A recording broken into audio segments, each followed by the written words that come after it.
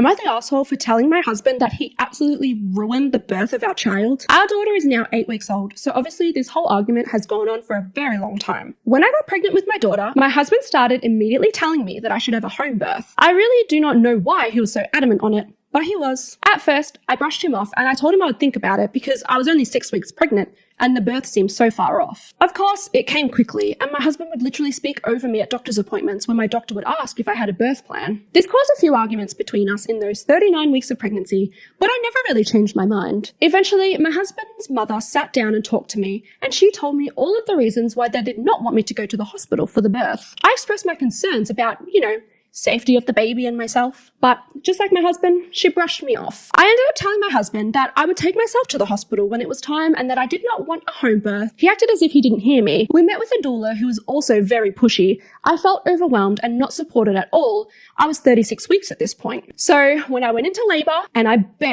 absolutely begged my husband to take me to the hospital where my doctor is, he wouldn't. He spoke to me condescendingly and called the doula instead. I was in labor for about 3 days, active labor for around the last 22 hours. I cried the whole time. I just felt something was wrong. I was scared and oftentimes they left me alone. The doula told me that if active pushing and labor reached 24 hours, I had to go to the hospital. I remember thinking that I could not decide which was worse, staying in labor for another 2 hours or having my baby right there. When she was finally out, I don't even remember wanting to hold her. I just remember crying out of relief. Obviously, I'm okay now, but I did not have a good experience. I told my husband that he absolutely ruined it for me.